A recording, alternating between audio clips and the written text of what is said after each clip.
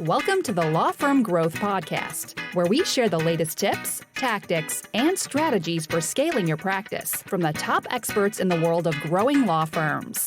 Are you ready to take your practice to the next level? Let's get started. Hey, everybody. Welcome back to the Law Firm Growth Podcast. I'm your host, as always, Jan Roos, and I am tremendously excited for my interview today. This is a returning guest in Molly Mcgrath. So Molly is the founder of Hiring and Powering Solutions. We've been, friends for some time, I guess. But when did we have our first podcast, Molly? Like 2 years ago? Oh my gosh, yes. Yeah. Wow. Big couple of years. Yeah, that's what I was going to say. Yeah. But I've been following Molly for a super long time. Hers is one of my genuine favorite podcasts I look forward to every single week, because in the kind of time since we've met, I've gone through a lot of stuff with growing my team. I find a lot of wisdom in what she talks about. I'm super excited to get her cornered for the next hour to ask her some of these questions.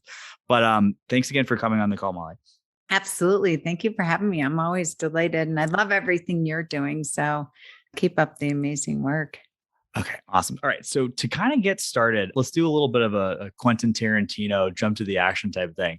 We were talking a little bit on the pre-call about your upcoming book, and I thought the title was very interesting. Fix My Employees. So can you go in a little bit about the kind of conversations you've been having with clients recently, and like why that seems like something that's been resonating with the folks you're working with? Yeah, gosh. I mean, even today, I've gotten no less than 3 emails that had the essence of that title. And that's the number one thing that I hear from attorneys across the country. It's not necessarily that they have bad people or what have you, but they just don't know how to manage them and lead their team. So the lack of communication, the lack of framework and systems in regards to make certain that the employees are over communicating with the clients, over communicating with the attorneys in regards to where they're at with their work, what they're doing. I hear all the time from the attorneys, I have no idea what he or she does all day. And it's not that they don't trust their employees. Just, I think that there's a big, massive gap in the legal space of having a system and a process and having a framework and standards for over communicating with your attorney, not from a place of micromanagement, but so they can have faith and confidence to continue to delegate more to you, to give you more opportunities as an employee. And a lot of times, greatest definition I ever heard of anxiety is the root of all anxiety is lack of information. And things are happening in our businesses, but a lot of times employees are not trained on how to communicate in a way that a business owner, that an attorney, that your boss, whatever term resonates with you, that they have full faith and confidence of what's happening. So they don't wake up at 2:00 in the morning in a pool of sweat. Yeah. And it's super interesting too. And I have to say, one of the episodes of your podcast that I've probably listened to about 3 times and sent to about everyone on my team is the stop saying that I didn't have time for it episode, which I love because you illustrate a concept. Because on the flip side of that, it's like, it's really tough for the business owner because, you can imagine how that's received sometimes. What are you doing all day? Like if people ever ask that, there's kind of a space of lack of appreciation, which I think is why people don't do it. But I think, now more than ever with the climate that we have in legal for the availability of good people, we're scared about having these conversations because what if the answer is screw you, I'm out of here. Right. And you know what? It's all in how you frame it, and it's all in your delivery. So in regards to if you are sitting there thinking, what the heck does he or she do every day, especially every 2 weeks when you get your timesheets, and sometimes people are like, what? I don't see her do anything but sit on her cell phone or, hang around the water cooler, what have you. What the heck is this invoice? Whether they're insourced or W-2 or 1099, and nobody likes feeling that way. And to your point, it's all in how you have the conversation. So I would just say for an employer that maybe is feeling like that, like just take this time to do a stop, drop, and roll and really take stock and get a standard within your practice, within your business for how to figure out what people are doing it. But you can do it in such an empowering way that your employees will actually be grateful for the conversation. And I can go more into real quick of give people like 5 things of what they can do today to have that. I would love to hear that. Yeah, absolutely. Because I'm all about, I don't like conversations. I want just systems and how-tos and bullet points. I'm a very literal, systematic person. And so I appreciate that. So I would say number one, regardless if you have one person or everybody or what have you on your team, that you just kind of stop and really say, okay, great. An easy way to start with this is to do a strategic retreat. The timing's perfect. It's the beginning of a new year, Q1, what have you, and really do a stop, drop, and roll, so to speak, and doing an all hands on deck retreat. It's a way to bring in community, collaboration, empowerment, excitement, getting people reconnected or maybe connected for the first time to your mission, your vision, your core values, things of that nature. And then from there, also, and if you already have that on deck, it's a great way to start with doing like it. Some people have called them a SWOT analysis and back in the past, figuring out the gap from the gain, or just really figuring out, I like a very simplistic of figuring out what's working and what's not working and who's doing what to reach goal. So that's one way to do it. A quarterly retreat, I'd highly recommend. For any of your listeners, I'd be happy to give you an agenda if you don't have one. If you already have that in the works, make certain you have a weekly meeting with your team. And if you have a professional law firm administrator or CEO or COO on deck, that's great, because then it's not dependent on you as the attorney or the rainmaker, but treating it like a stakeholders meeting. Everybody has something at stake within this company. Listen, human beings will not leave you, will not be offended by any questions that you ask. If it starts with her and it has tonality, if they get time, attention, and feedback. If you give that consistently and persistently, your employees won't leave you at all. So getting a weekly stakeholders meeting, again, I will have time to bring an agenda as well, where people are identifying their top 3 for the week. They're identifying what their goals are, where they think they're going to get jammed up and where they need help. And then if you do a daily huddle and you're really quickly checking in with everyone on the team, again, the appropriate people, you might not have the bookkeeper there, you might not have associate attorneys there, what have you, of just checking in. Okay, what are your top 3 for today? What top 3 matters are you moving? Where are you at? And then the next day, how'd you do with your top 3? It's not a place of shame, blame, or finger pointing. But when Susie says, my goal was to close the Smith file and send them an invoice, or my goal was to get their head of marketing or what have you, the Jones's marketing plan deployed or whatever it was, or it might be to do invoicing or get my time entered into the CRM and make certain that I get all my billing. So the attorney, it's ready for the attorney to review on Monday or what have you.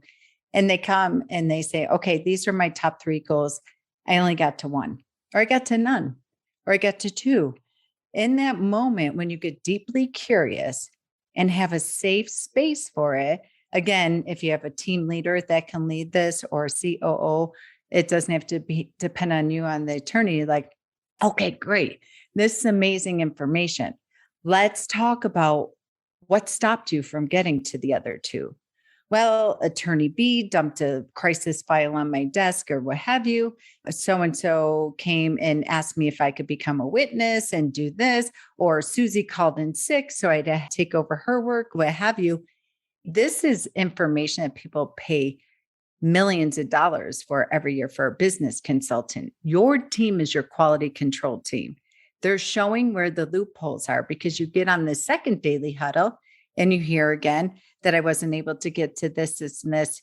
It shows you where we're violating our process, where maybe people don't have project management and everybody's failure to plan is becoming other people's crisis. So this is a wonderful way for you to treat it on a daily basis as a strategic retreat and figure out where the loopholes are. Then when you have the weekly meeting and the daily meeting, and I mean no more than 15, 30 minutes tops. Attorneys tell me all the time, I don't have time for that. I'm like, well, I see the communication ping pong going back and forth in the Teams, in the Slack, in the email and everything else. And I saw your response to Susie, because you're copying me or blind copying me. How long did it take you to write that email? because it was like 14 paragraphs long. And you were debating it and defending it and asking her 13 other questions that then she has to reply to, which could have been handled in a 5-minute conversation. And everybody would have been very clear on what the next actions are and where the breakdowns were. So you do have time. You're just not spending it wisely. And in fact, if you do the daily huddle, you just gain back a tremendous amount of more time because you just told me it took you an hour to write that email. Yeah, that's awesome. And like, I was actually, if you notice me looking down, I was taking notes like crazy, Molly. But I mean, I think it's such an important thing too, because it's like, I know a lot of the times I kind of call it like, the freshman year approach to operations and stuff like that. All right, cool. I read work the system. I got my SOP. Well, we got it made. Road to McDonald's. Let's go. But the truth is, and like one of the things that that kind of stuck out to me. So it's like, okay, where are we breaking our process? Because it always breaks. Mm-hmm. And that's the thing too. And like, I think like one of the other things I really love about this is something that comes through a lot in the podcast, which, again, like I can't say this enough times for anyone listening, highly recommended, but like such a human approach to it. Because when you're writing the 14 paragraph email, there's so many assumptions built in because it's a one-way conversation. And when you have like the daily huddle where people are allowed to voice things from their perspective, it's more empathetic by design, because they get to see where it's coming from their perspective. And I think it's just so much more powerful when we can kind of have that kind of a rapport as opposed to the other stuff too. But I want to say, like, as far as the situation that you're finding when people call you in to help consult with their situations, what do you think are the biggest mistakes? We know what a good meeting looks like, but what are things that you see often in people's meeting structures that you think are toxic that people might want to like stop if it's something that they're doing right now? Yeah, great question.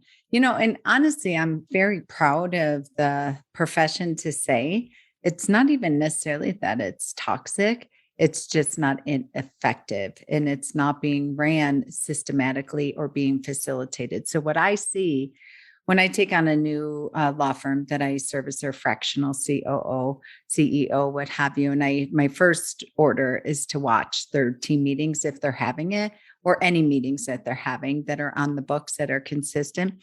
I say, number one, it's a lack of agenda, where everybody knows what they need to do to show up prepared with their reporting, whether it be the attorneys, the paralegals, the intake coordinators, whoever it might be. So it's a lot of conversation that is based on emotions versus anchoring to data.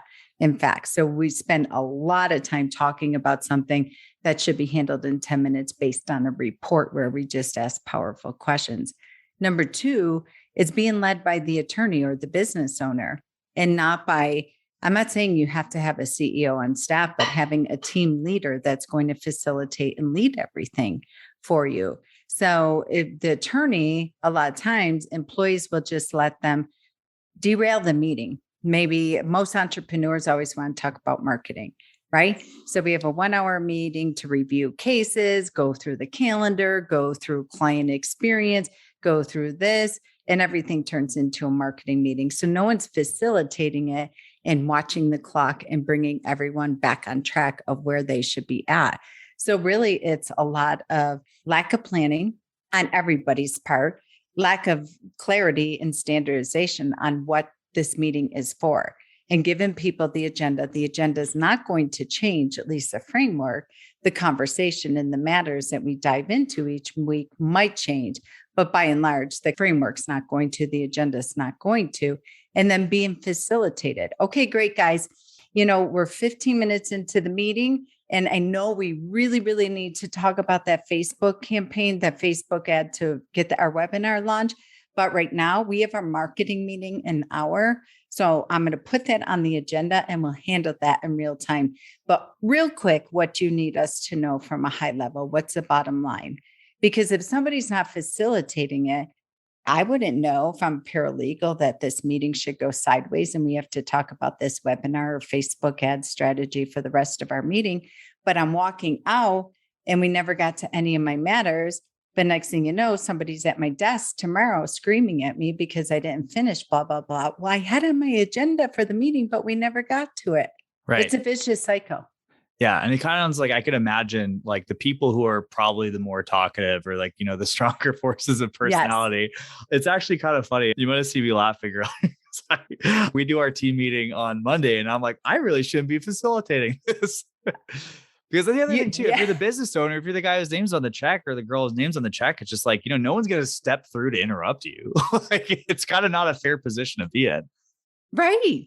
And especially someone like you, which I know you're highly creative, you're a high quick star. You get jazzed up if there's a certain topic that comes up, you're like, oh, yeah, let's keep going with this one. But there's other people suffering in silence that maybe you don't get to their, so to your point, it really shouldn't be you. And before we recorded, I told you today, boy, this podcast couldn't come at a better time because I do my meetings on Monday mornings and Holly in my office, which, Holly's fantastic. She's a high fact finder follow through. I have her lead our meetings because I can't for multiple reasons. I'll derail it. But if somebody says something where it ends with, well, I don't know, or, they're not showing up prepared, I'll lose my mind and I'll blow up on the team, which is not very helpful. And I said to you today, you're like, how's it going? I'm like, it's a Monday. And I said, and thank God for Holly, because probably my entire team would have quit today if I really would have said what I wanted to say. Yeah. Well, and it's interesting too. I want to kind of dig in on this as far as this is something I know you and I know about this too, but you mentioned a little bit about the Colby Index a little bit too. Could you give kind of a little bit of a summary for people who aren't familiar with that? And I would love to kind of see where the conversation goes on how you guys use that on a day to day.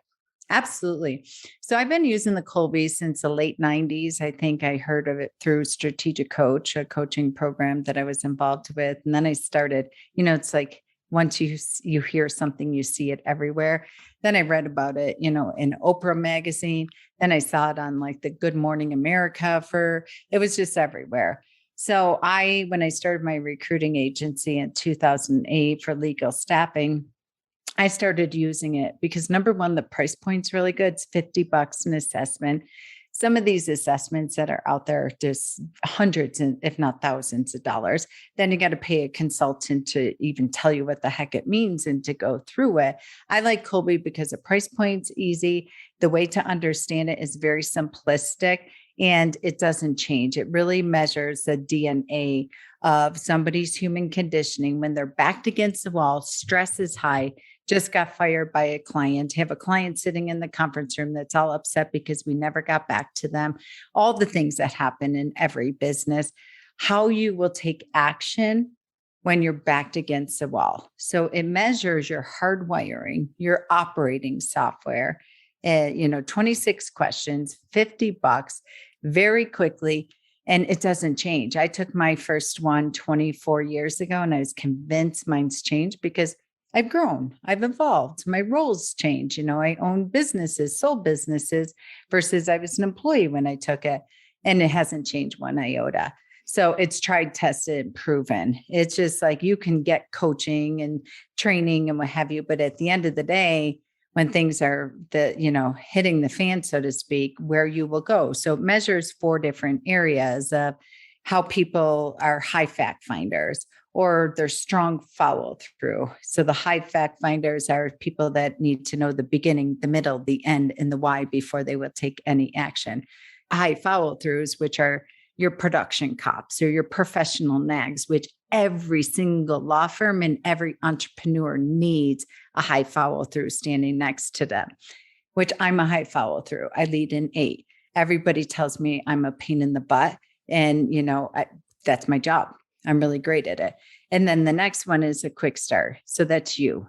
That's attention. What Colby says is that's your entrepreneurs, true entrepreneurs, which I think the last time I saw, only 1% of the population is a true entrepreneur. They could start a new business every single day as long as they don't have to manage it. And so you, from, knowing your ideation, you get excited when an idea comes, you're really, phenomenal at that. And you can take an idea from P and turn it into an empire and get it rocking and rolling naturally without a skill set with what have you. I bet you, if you look back on your life, you're like, my goodness, what you've accomplished with nothing is probably extraordinary. And then you have your high implementers, which are not, I don't love that term that Colby uses, but because in the business world, it means something very different to us. But from the Colby perspective, those are your creative, your graphic designers, people who want to go to the proverbial dark cellar at 2:00 in the morning, not talk to anyone, not need any human interaction. And then they come out and their genius is presented in a tangible. Here's the database management software. Here's a brochure. Here's the what have you. But they're not traditionally in a huge need of collaboration. Okay. And that's super, like, it's funny because I'm trying to think. I haven't pulled up recently. Like, I'm at least a 7. I think I might be an 8 on the yeah, I think I'm like a 3 on follow through. But I also say so I really appreciate it. But I always say too with my team too, it's just like I'm the 0 to 80% guy. Y'all can take it from 80 to 100, but like I'm good for that first week, and then you guys can take it from there. Otherwise, it's gonna sputter. But to kind of that point, it's like and the other thing too, like I'm sure you're familiar with like Gino Wickman and the whole the visionary integrative thing, because it's like I think there's kind of an interesting map that like probably is a little bit more simplistic view of it. I discovered Colby before I discovered that whole organization. But one of the things I wanted to ask you about, well, there's two. The first one is I found in the first couple of years of us hiring, I naturally resonated more with people that were close to me in a Colby. And I don't know if that's the best way to grow a business. So how do you approach the challenges that might come with finding people that are a little, I mean, what, Colby diverse perhaps, or I don't know what the right term would be. Because, you know, it's not easy naturally to do it. Absolutely. And I'm a huge fan of EOS and rocket fuel, just to kind of put a huge exclamation point on that, especially with the integrator, visionary, what have you. But in a law firm, we also have the production people, right? So I love that question that you asked so much, because write the job description and figure out the needs that you have. And then there is an ideal Colby for each position. So I would recommend that you have a high follow through, or somebody that has that fact finder follow through support you with the hiring process. Because to your point, you're going to get totally attracted and excited about people that think and act like you, but it might not be the best fit. So for example, if you have somebody at the front of the house answering your phones, intake, things of that nature, you need someone with a high follow through. To your point, you have a 2. Right? So your right-hand person needs to have at least a 5 or higher. And that's what I love about what Colby says. There's 4 different quadrants. The highest number is in the driver's seat. The second highest number, again, if it's a 5 or higher, is in the passenger seat. Then the next number, if it's 5 or higher, is in the back seat. The next 2 numbers. If it's below a 5, it's not even in the vehicle. In the trunk. So it might be in the trunk if it's a 4. If it's a 3 or a 2, it is roadkill on the side of the street. Yeah. Okay, that's awesome. And then like basically super quick tactical question. At what point do you usually introduce this in the hiring process? Is this something after you've got like a couple lead candidates, or when are you usually running people through the Colby? Yeah. So great question. I have my clients take it so I can understand theirs. Whoever's involved in the hiring and the training process, take it so I can see where theirs is and where I need to match it up. When I have strong candidates that I present to the law firm and we hop on a Zoom meeting, or they come into the office, depending on the makeup of your practice, they like them. They have the emotional intelligence, they have the energetic fit, communication fit, things of that nature. Then when they're like, I want to make them an offer, then I introduce the Colby to them.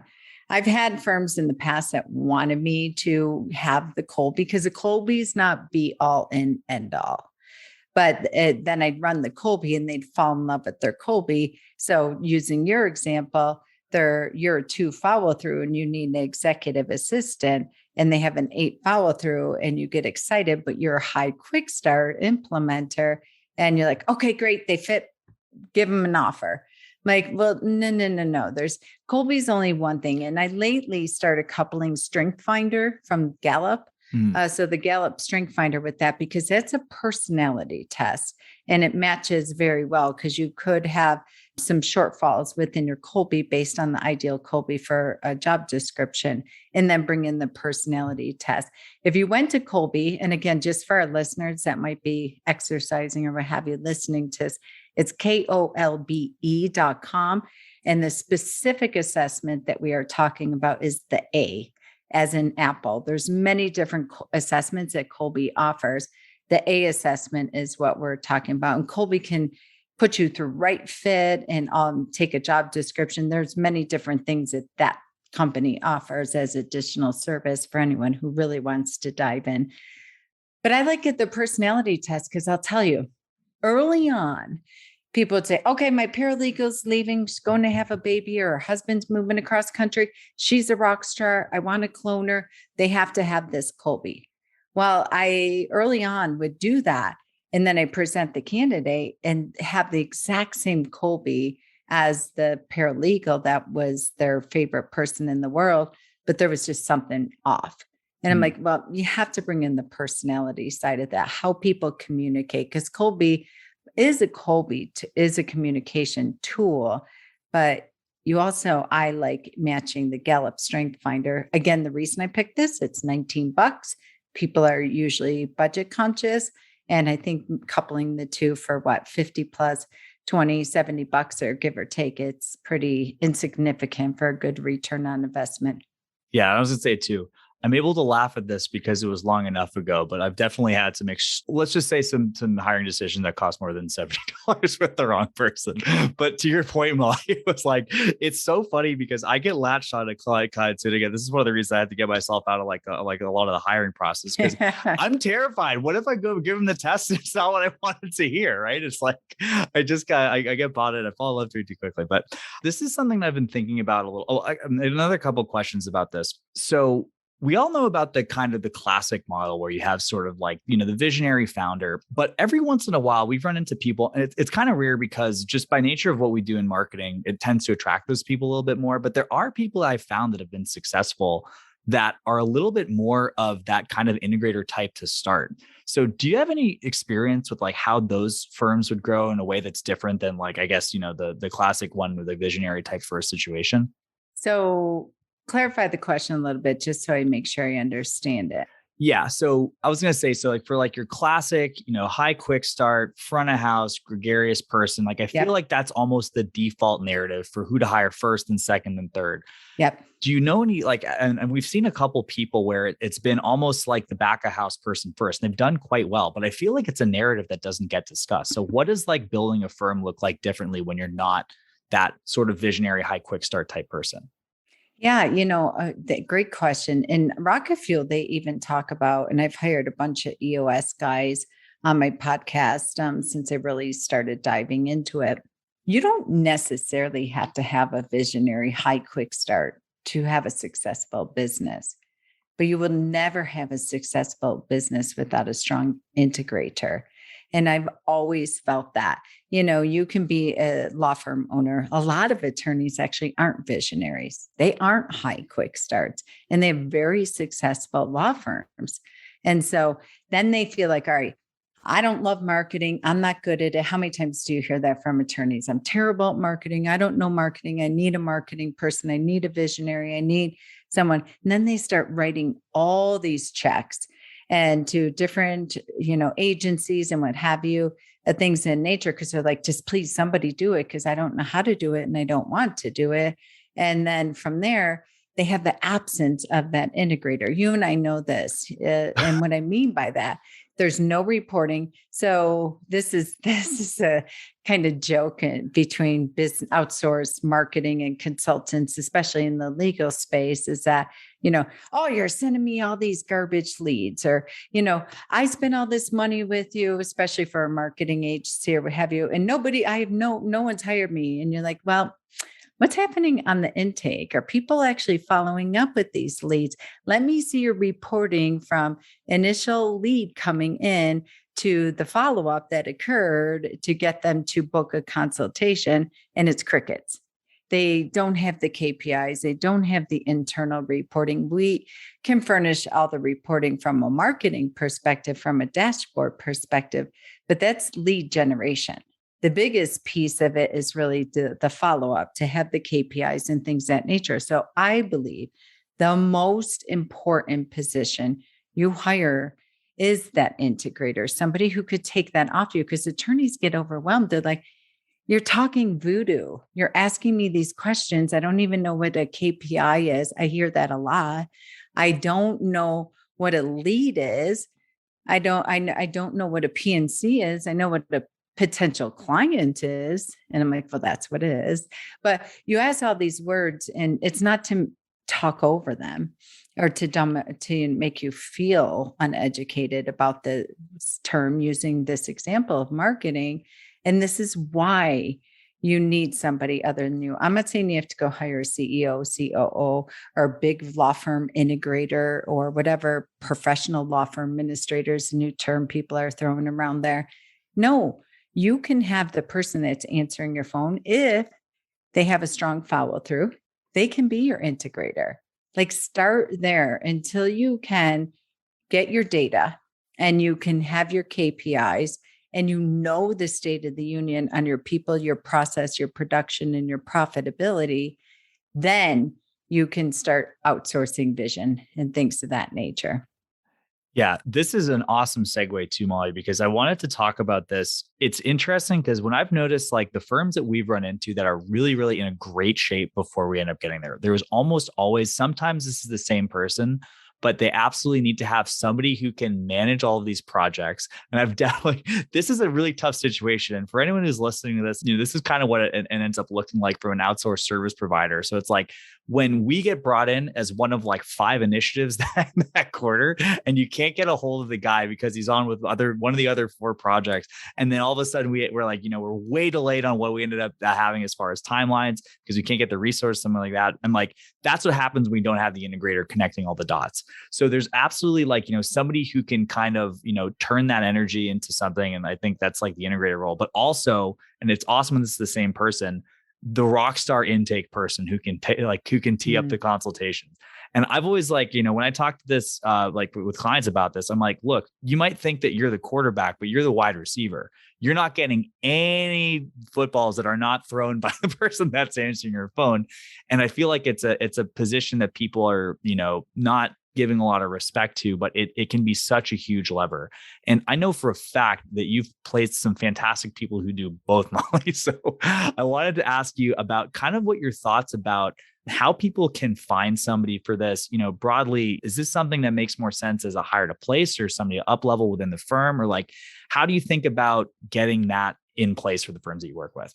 It could be someone that you go out and hire, or it could be somebody in your firm that you can up level. And it's a beautiful opportunity to go and sit down with your team in your strategic retreat, your weekly team meeting, what have you, and say, hey, we understand that the most important position in this law firm is the receptionist, for lack of a better term, or client service coordinator, intake coordinator, because if they don't do a great job, they're the director of first impressions. I mean, think about the businesses that you call, and within 20 seconds, if you're even going to continue interacting with them based on how you were greeted and treated on that initial call. So you can share this with your team, share your vision, share what you're thinking out loud, and say, if anyone's interested in moving into this position, put time on my calendar, let me know, let's talk about it and see. It might be someone internally. A lot of times it is, especially when it comes to up-leveling to marketing coordinator or things of that nature. Your receptionist that's been answering your phone for 2 years is a perfect person to kind of upgrade into your marketing coordinator. I'm not saying that they're running Facebook ads, but they're coordinating all that initiative, and it could be a great opportunity. Because, side note, this is why I do recruiting, and the unemployment rate in the legal space is 0.9% right now. Wow. The unemployment rate's insane. And when I talk to people, I'm like, tell me why you're on the phone with the recruiter. Like, what's not working in your current job? And 100% of the time is there's no future opportunities. And it crushes my heart because I know there's opportunities in these businesses. The visionary or the entrepreneur or the team leader is not taking the time to constantly remind the team of the path of growth they're on, the opportunities that are there. So if you are, first share with your team, it's easier to recruit within and get people to up level and move into that. If you're going outside and you're going to start recruiting and placing ads and things of that nature, really make certain that your ads paint the picture. Do not run ads that say receptionist, because you're going to get a bunch of bottom feeders and unqualified. And then you're going to say there's no good people out there. Like subject lines king. Think of it like running an ad or an email campaign. Think of the stuff that we all get emails in our inbox. Which ones do we open up?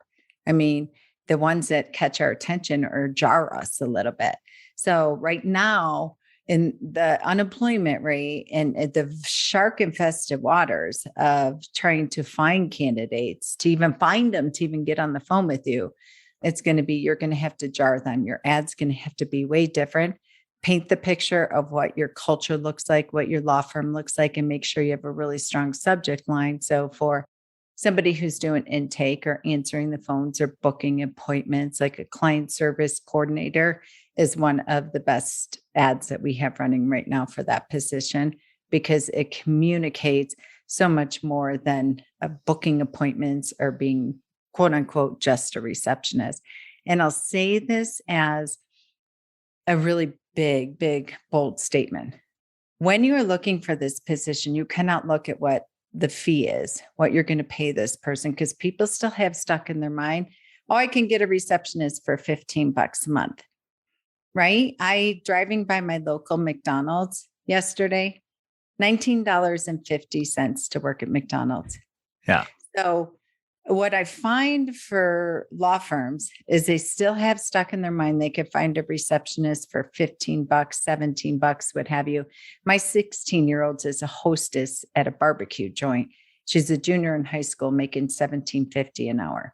So from a way of perspective, it's not the fee, it is the cost if you don't invest in people. Because a lot of times they're like, I need quote unquote just a receptionist or just an intake or somebody just to pick up the phone and book an appointment. I'm like, dude, that is the definition of sales. Like if they don't do a good job, your job as the attorney is irrelevant because you got nobody to meet with. So you get what you pay for. And if somebody really fully, wholly understands that role and has it in their bones, in their blood, in this day and age, you are going to have to pay them $20 an hour or more. Yeah.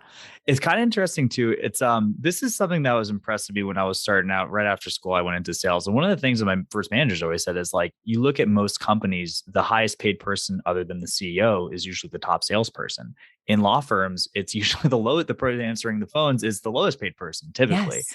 And it's just so crazy. And like, there's so many parallels with this from like the ad stuff too. Like one of the things I'm always telling with clients is like, yeah, you're going to get price shopped if you're not putting distance between you and the competition.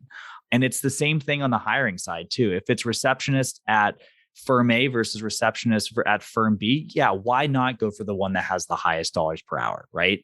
So people are kind of creating this problem. But yeah, if it's client service director with, the Mcgrath law firm and we were trying to do this in the world and this and that, then like, not to say you should pay them lower, but you're going to be less vulnerable to that kind of pressure if you're creating a better experience for them at the end of the day too. But I think it's so important. And you also remind me of something that's kind of been on my mind a little bit too. How should people think about when to hire from a financial perspective? I've heard this old chestnut thrown out a bunch, the, hey, have 6 months worth of salary type thing, but like the right hire is going to create money. So how do you encourage people that you're working with to kind of have that conversation internally about the finances to get a new hire on the team? Yeah, I would say first and foremost, the finances have nothing to do with it. To your point, build it and they will come and you will create the money. I always tell people when they say to me, well, I don't really have the revenue right now to hire this position. I'm like, yeah, but I've been on the phone with you for an hour, which if you do the billable hour of how much money you're losing by being on the phone with me, completely complaining and frustrated that everything's delegated back up to you. Nobody cares as much as you do. You're working 19 hours a week. You're, somehow magically created 19 hours a week and you haven't slept in 4 months. Right there is why you should hire. So it's, where do you hold your value? Is it in your frustration level, your stress level? Because now we know more than ever. I can't tell you how many times I open up Facebook or social media, and I don't mean to breathe fear in the room, but where I see somebody drop dead of a heart attack that should not have. And, because their stress level and they're perfectly healthy, what have you, that's one of the contributing factors. So if you're never seeing your family, you're completely stressed out all the time, still don't have the money that you want to have in the bank based on whoever told you how much you had to have in the bank. And that's your indicator. When your frustration is high, you are running a massive risk of the rest of your employees leaving or not closing a client because you think you're not bringing that energy in the room. You're bringing that energy in the room. And the greatest definition of money that I ever heard by my mindset coach, and now it's everywhere with all these money books of, you're a badass at making money and all these different money books that are out there. Money is energy. That's it, period. So if you are frustrated and you are feeling like you own a job and you are feeling like, you have to do the work of you're paying other people to do work and you're not getting a paycheck at the end of the month. And at the end of the day, if you are feeling a high level of frustration, it's time to hire, period. Whether it's insource, outsource, W-2, 1099, don't care. I would say to you, get a whiteboard, get an old school legal pad. And there's a psychology to taking pen and paper, not type it on the computer, and write down. Just keep that notebook with you everywhere you go. And next to your bed at 2 a.m. when you wake up, did we call the Smiths back? Are we going to get fired by this client? And that's the biggest, people think entrepreneurs are all about worried about money. In my experience, it's not true. Our greatest fear is getting fired by clients. And so I think that's what I tell people when they call me. And I have, I see it so often. I'm not ready to hire. I can't afford it, what have you, but I'll get a phone call, see someone pop up on my calendar. I'm like, okay, last time I talked to him was 8 months ago. And I'm going to pretty much play the recording of our conversation that we had 8 months ago. And word for word, it's identical. I'm like, you're actively choosing this because it's fear. Because if you hire someone to do the things that you feel like are beneath you, which are administrative stuff, paralegal stuff, when you're an attorney, et cetera, really the root cause is that you're afraid. Because if you no longer can hang on to a story that you're busy, important, and stressed out, and you have freed up time, now you have to up level. Now you have to do the things that you signed up to do as a rainmaker, as an attorney, what have you. And you're not sure how to do it. It's uncomfortable. It's unknown, what have you. So you keep stuck in this fiefdom. Yeah, it's super interesting too, because it's like, I think you reminded me of something. And like, I think there's like a pretty obvious connection sometimes, especially with like a revenue generating position, like a great intake person, where it's like, okay, cool. If you're, your appointments book go from 25 to 50%, that's more money. But, in terms of the energy cost too, like that's insane. The other thing too, like from what we see, and we help a lot of people out with how they're closing their consultations. Good luck hitting a 90% close rate if you're worried about how much you're going to be letting the next client down. So even something that would be considered a cost center in most clients, it's just like that can also become a profit center if you really think about it. But it's so true. It's just like there's so many choices that people make, and I don't even want like we don't have enough time to get into the all the mental hangups that people do to prevent themselves from success. But like I think sometimes it's like one of those things too. You always hear about all these entrepreneur stories where it's like, they ended up having their first kid and then magically all the money found into place. If people can take the time to bet on themselves, a lot of the times the hire can be that next big step, but you really have to have the faith that you're going to keep it to. And like, I can't think of any situation. Well, I wouldn't say it. It's rare to hear the situation like, yeah, I decided to really bet on myself. And then I decided to drop the ball after. It's like, even if you don't see the path right there, sometimes you kind of have to take that leap of faith. And like, hiring's scary as heck, but when you get the right one, it's such a multiplier. Oh my goodness. Absolutely. Well said. And it is true. The time to hire is when you're not ready. There has to be, Tony Robbins always said, fear is the best motivator. And especially when you invest with people like you, that you are helping them with intake and what have you. And even when you use that story, like if you think you don't have the money, I'm even using your example that you're using. Think about this. You think you don't have the money, you're having an initial consultation that might be worth, let's say, $8,500, right? You're about to walk in there and you go to grab a glass of water before you go into this hour-long consultation, whether in a Zoom room or a traditional conference room, and you're getting your glass of water and the receptionist comes up to you at the water cooler and just tells you all this complaint that we just got from a client that's upset. And when they could have went to a paralegal, had you had a paralegal, or they could have went to an attorney or a legal assistant. And then now you can't unhear that. And you're bringing that into the conference room before you even open up your mouth. The prospective clients see everything on your face. I can tell. And when I walk into Zoom rooms, I'm like, oh boy, yeah, they just got, and I'm like, hang on, what was the conversation you had with me before you hopped in this Zoom room? And then when I hear it, I'm like, yep, that's why you need to hire a buffer. Yeah. Oh man, Molly. I mean, we're getting to the end of the hour. I really honestly, we could talk about this all day, but I want to be respectful of the time that we had booked. I'm loving this. If anyone else is loving this, what's the best way to get in your world? Absolutely. So a few things. I am coming out with my new book, Fix My Employees. That's going to be out in May 2022. And for anyone who would like a free copy of that, please send me an email at molly@hiringandempowering.com. And then just put Case Feel in the subject line, and I will go ahead and send you a copy of the book. All right. Awesome. And then also super recommend the podcast and the email list as well, right? Yeah, absolutely. Easy way is just go to our website, hiringandempowering.com, and just opt in and subscribe. Every Tuesday, we drop a new podcast chock full of tips and techniques and strategies for your employees as well as the employer to get you all on the same playing field. And every Thursday, we drop a blog, and we've been blogging consistently every week since 2008. Oh, really? I didn't know it went back that far. That's super impressive. What's that? Thank you. I mean, I got the COVID time warp. That's anywhere between 12 and 18 years. Not sure. But no, that's awesome. And like I said to you guys, it's like, one of the reasons I think it's so important to focus on this stuff. You cannot do this on your own, point blank. And if you look at the real greats, read any of the biographies of the Richard Bransons of the world, all the, the biggest people, at the end of the day, it's the ability to control other people, because you can't learn it all. But if you know how to pick people right and you know how to manage them right, you'll be on your way to not having to figure this all on yourself, which should be something to shoot for. But Molly, thanks again so much for coming on the show. And for everybody else, I will see you guys next Tuesday at 8 a.m. Eastern on the Law Firm Growth Podcast. Thank you for listening to the Law Firm Growth Podcast. For show notes, free resources, and more, head on over to casefuel.com/podcast. Looking forward to catching up on the next episode.